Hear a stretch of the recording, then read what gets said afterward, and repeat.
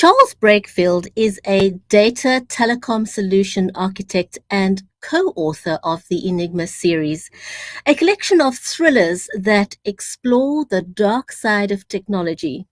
And his latest book, Enigma Forced, tackles human exploitation and the opioid epidemic. Don't go away. We'll be right back with the Writer's Corner live show. Imagine a world where the lines of reality blur with the fantastical. Embark on journeys from humble beginnings to the pinnacles of literary greatness. On the Writer's Corner, we delve into the lives of unique wordsmiths, known for their compelling storytelling. They are artisans who craft fantastical realms, etched in our memory long after the final page is turned. Every tale begins with a single word, a single idea. Authors create sensations that keep you on the edge of your seat. Witness how they transform setbacks into stepping stones, use refusals to spark growth and turn rejections into catalysts for new inspiration. Witness the diversity in writing as it gives birth to a vast array of genres, from drama to mystery to children's stories, fantasy and reality. Join us as we uncover sources of inspiration and the magic that defines the author's craft. Find out how authors breathe life into their characters and meticulously craft narratives and plots that captivate readers. Get a sneak peek into upcoming works, and join us as we celebrate literary greatness, only on the Writer's Corner. We don't just celebrate best-selling Amazon and New York Times authors, but also indie authors. Join us on the journey from the birth of a tale to the creation of a masterpiece, only on the Writer's Corner live show. Stay tuned. If you are just joining us, then a hearty warm welcome to the Writer's Corner live show. And if you're not following us on social media yet, please be sure to do so, because that way you'll get a notification when we go live. If you haven't met me yet, I'm Bridgetti Lim Banda from Cape Town in South Africa. And in today's show, we're going to be talking to Charles Breakfield. Our live stream is brought to you compliments of Creative Edge, StreamYard and BeLive Media. And a very, very special welcome to you, our audience, because without you, we wouldn't be having a show. But before we introduce our amazing guest today, Charles Breakfield, I want to first say hello to my friend and co-host, Mary Elizabeth Jackson. She's a passionate author herself. She's a certified special needs and disability advocate, and she's committed to amplifying underrepresented voices. She's also a speaker, educator, songwriter, and a ghostwriter, and she lives out in Nashville in the USA. Mary, how are you today? I am wonderful. And excited to be here today. I love your red. It looks fabulous. And I didn't get the memo to wear red, so I'll have to do that. We'll have to coordinate, right? So we're red, the background's red, but yeah. No, you look beautiful, and I'm excited about our author today. This is a new author for us. We've never had him on the show, and it's always a joy to have someone new that we get to have an adventure with for this time on our show.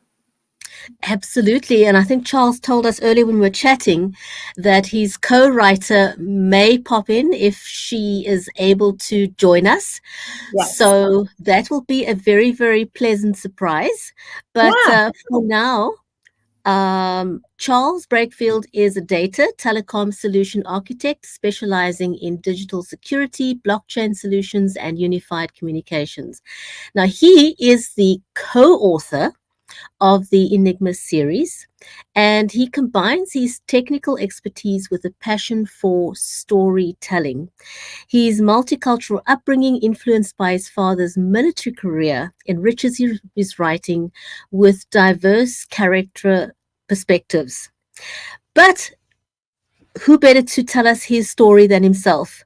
Other than me wanting to say that with his co-author, Roxanne Berkey, who we hope will join us later, together they create thrilling stories that illuminate today's technology risks. So let's give him a hearty welcome to the show, shall we? Yes.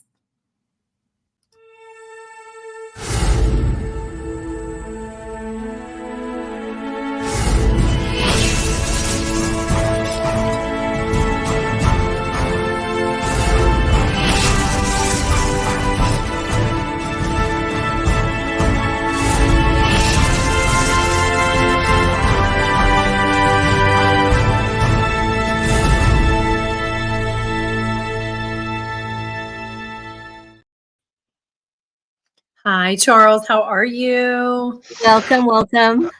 Wow, that was quite a welcome. I've been welcomed before, but whew, um, spectacular is probably the word that jumps to mind on with that with your intros. So, ladies, thank you for having us. Gosh, we're so excited for you to be here. We're going to dive right in because we have lots of questions for you. And being on our show for the first time, we want to know everything about you and your author journey in the book. So, how has your career in digital security, which provides lots of content there, right, and blockchain influenced the themes and plot lines in your Enigma series?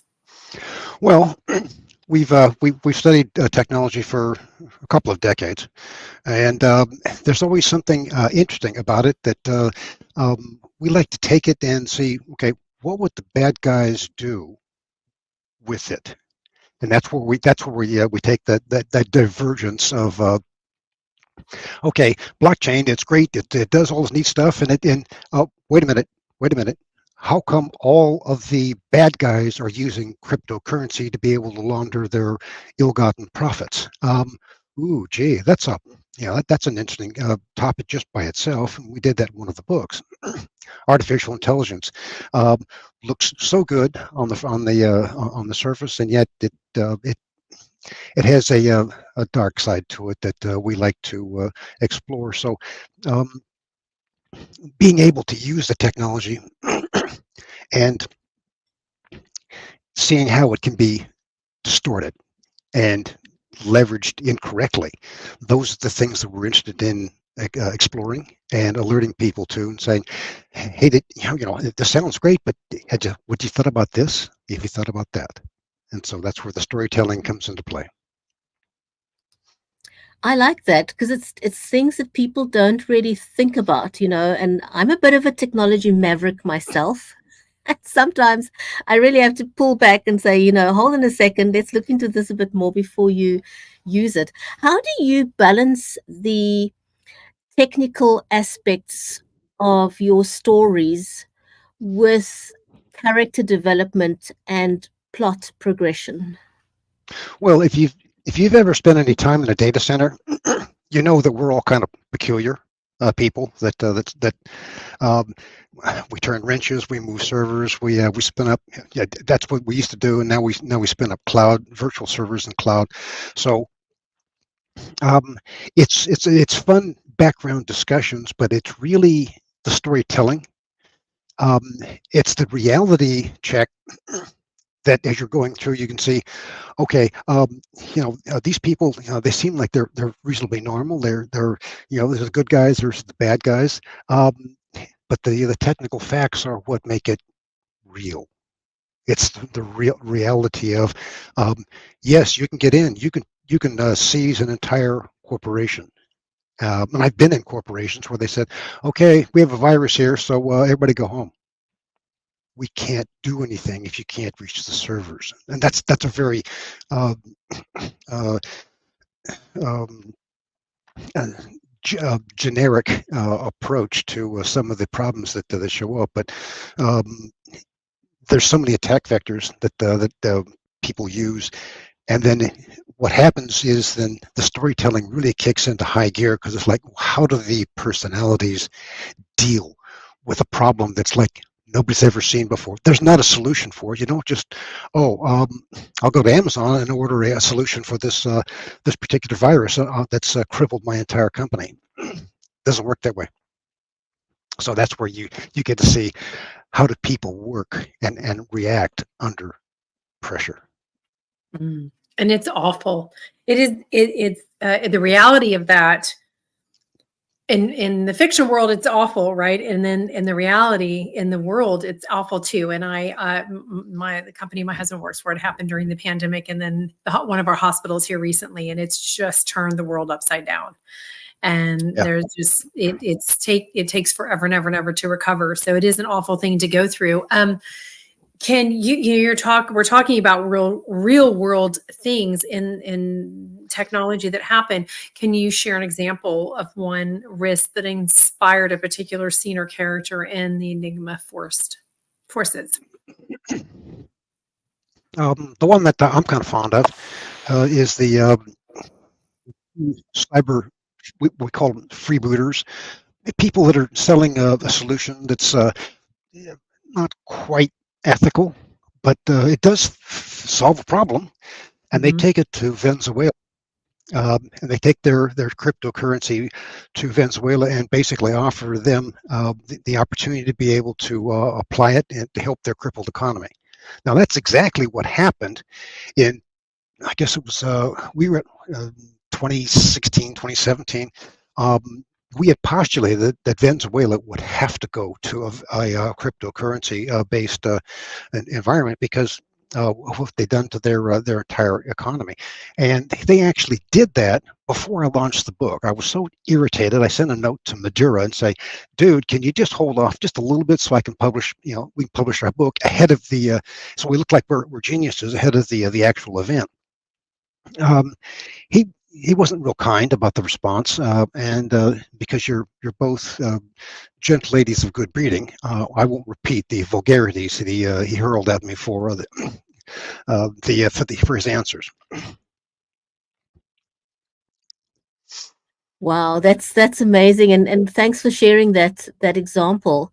What are some of the unique challenges that you face when you integrate accurate technology um, into fictional storytelling? Because that's quite a convergence. Well, it does give you a lot of research that we have to pull in because we want to have it technically correct. But it's not about the technology. It's how how it affects people, how it affects our civilization, and that's really the storytelling portion of it. And too often you'll see the fictional stuff that's like, okay, we're gonna do the time warp to go back in time, or we're gonna get in a spaceship and we'll travel 10 times the speed of light to be able to jet around the galaxy.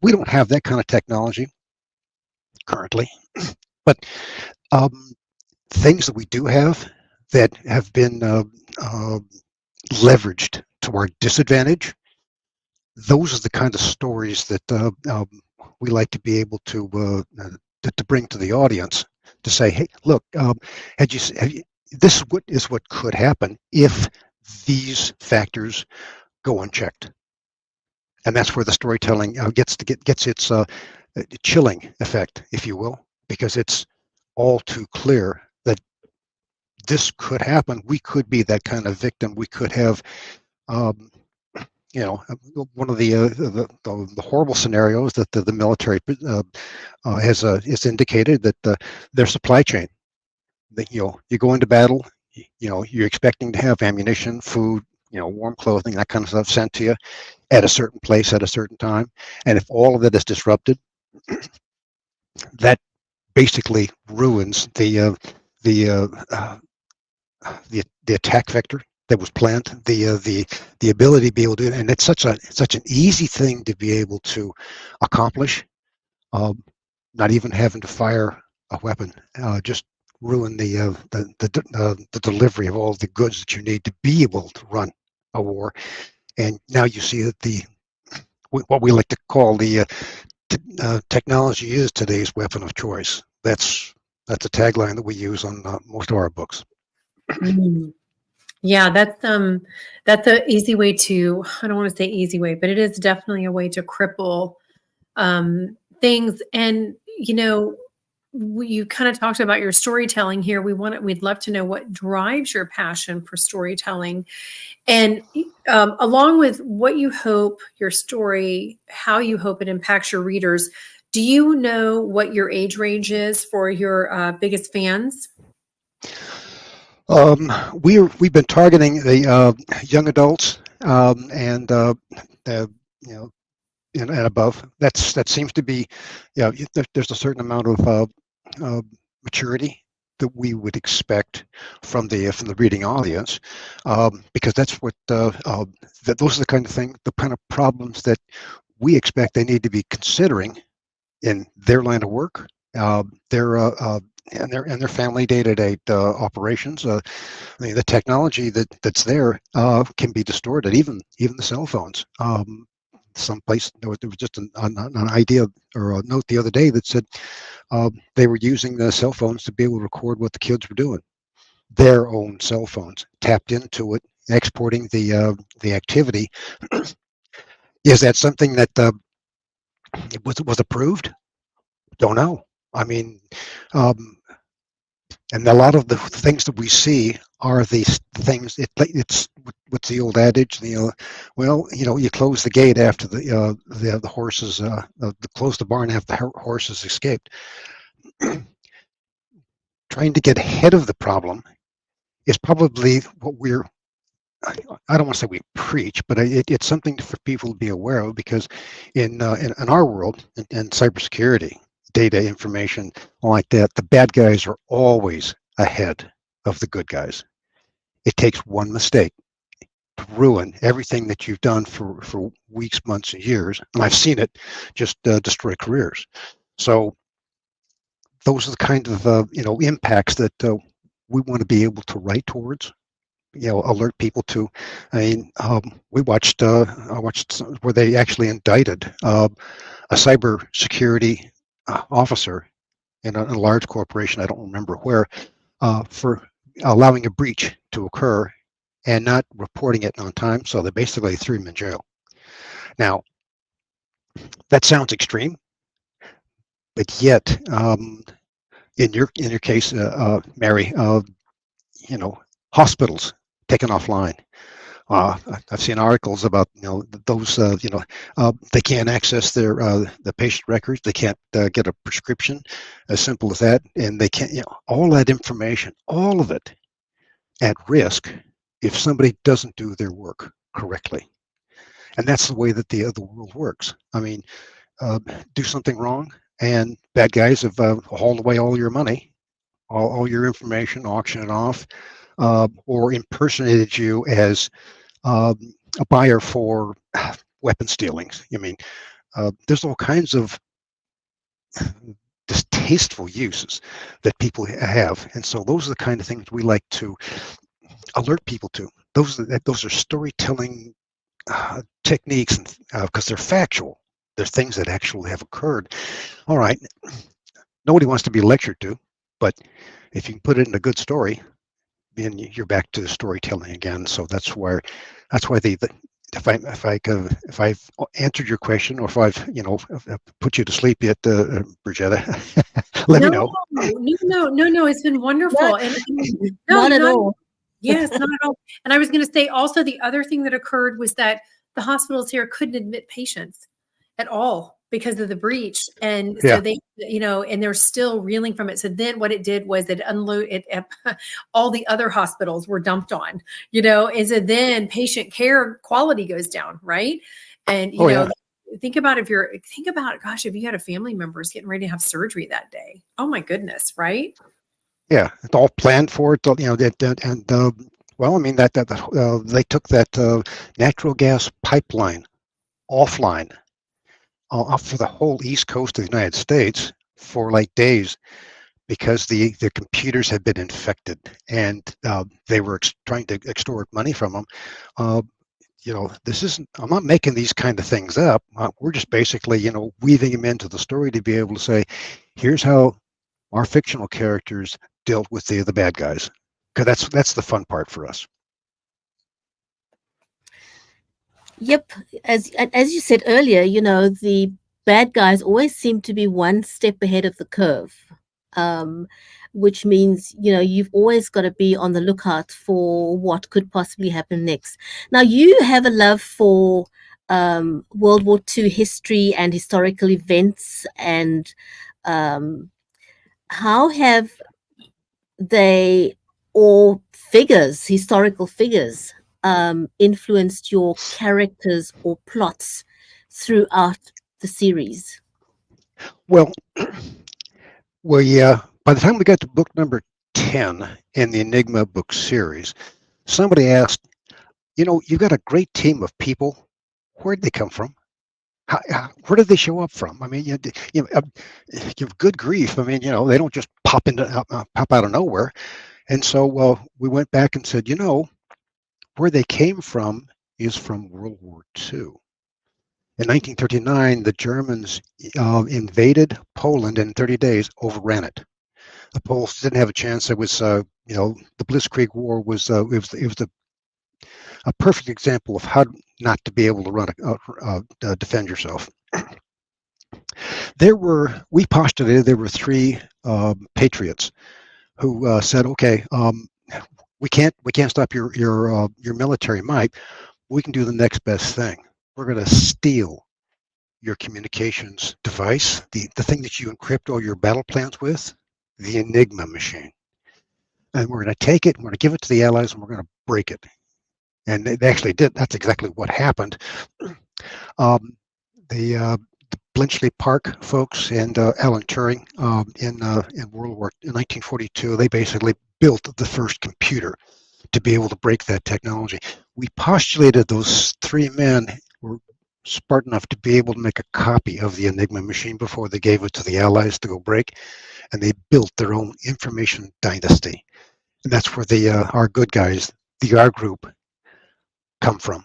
It's the third generation of people that have been trained to fight tyranny, and understand that the world changed when the computers came on stage with the encryption device known as the Enigma machine.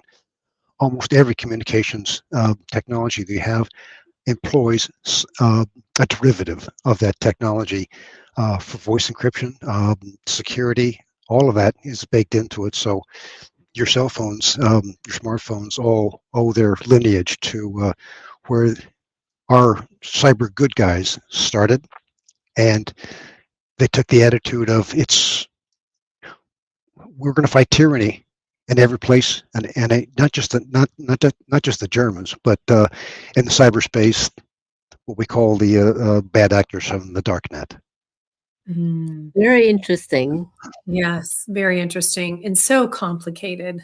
Oh my gosh, there's so much to it, and you just can't ever. We'll be lucky. Everyone who's working in security of our world and country will be lucky if they just don't all end up very paranoid, right? At every turn in their life. Yeah. What's even more alarming is the fact that a lot of them burn out. It's an ongoing struggle, to keep security people from just walking out the door and saying, "I've had it. I can't do this any longer. You're driving me nuts." Yeah, the stress level is so very exhausting. It's awful. Yeah. So you have a writing partner, which is fun. I have a writing partner too, so it is kind of an interesting journey. How do you? And we're sorry, Roxanne hasn't popped on yet, but we know she's busy. How do you guys balance each other's strength with co-writing? And, what do you feel like that are the collaborating, the benefits of collaborative writing? I mean, I know what I think, but I'm interested to see what you guys think.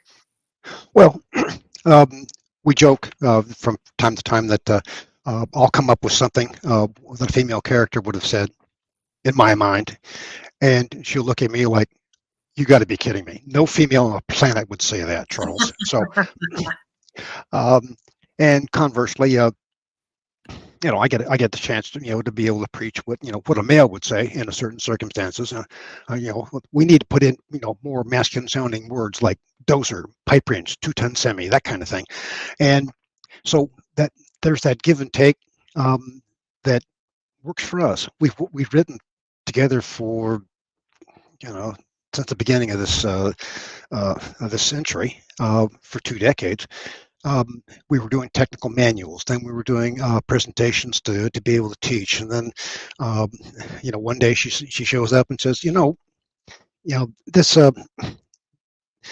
this tech manual stuff is kind of yawn. Yeah, I need something else. And I said, I agree, I'm tired of it too. She goes, let's go with fiction. I said, huh? And that's where our first book came from. And I wasn't quite sold on it until she said, and the closing argument for me was that and we can kill people, not go to jail. Okay, and that was the boy, I am so there for you. You know, we got even so many people that have ticked us off over our careers in our books. So it's very gratifying activity to be able to do that. But the other thing too is that to your question, it's real easy to say, okay, you do one, I'll do one, and we have a nice day.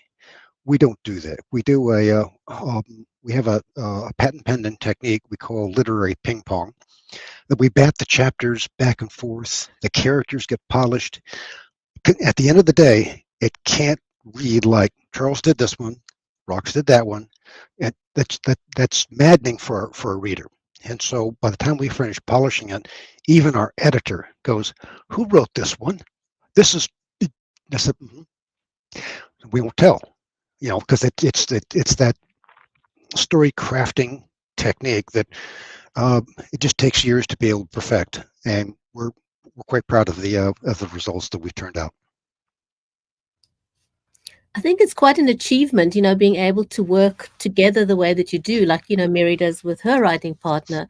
And it's something that you develop over years, and it just gets better and better because you so in sync with each other, you know, that forgot what the word is now. But, you know, the alignment, for want of a better word, that you create with each other and with your stories is not something that you can replace overnight, because, you know, you've got that synchronicity that you developed. Now, your stories just explore the darker side of technology. What do you hope readers will take away from your stories? Awareness. You know, it's too easy to just pick up your phone. I've been at conventions where some gal left her phone off at her table, didn't even think about it until we heard her screaming 20 minutes later. We picked up that phone. It didn't have a password on it. Good heavens. Here's a $700 phone in the hands of an 18-year-old, and they didn't have a password on it. So we got to take selfies of ourselves, and, you know, and then we got to chide her when she got back. But carry that to the next level. What about the attacks being leveled against the infrastructure, the attacks against the financial infrastructure of your country, you know, disabling or the even more hideous is the you know, tampering with the GPS features in the aircraft they're flying around areas of conflict, and they do that as part of their defensive systems. Whoa, wait a minute. You know, I didn't know they could do that. Those are the kind of things we want people to say, huh, I hadn't thought of that. That's very satisfying for me, because, you know, having that teaching and instruction streak that I have in me that I can't quite get rid of, but being able to alert people to something that may help save them some grief. Charles, I think you've definitely created some awareness this evening. So thank you so much. We really appreciate your sharing, and it's a pity that Roxanne couldn't join us, but hopefully that'll happen next time. To our readers, thanks. You know, anyone watching out there, thanks very much for joining us. And Charles, we do hope that both you and Roxanne can join us next time on another episode of the Writer's Corner live show. So thanks, everyone. We'll see you back next week on another episode of the Writer's Corner live show. So from us, it's goodbye. Thank you, ladies. Thank you. Bye.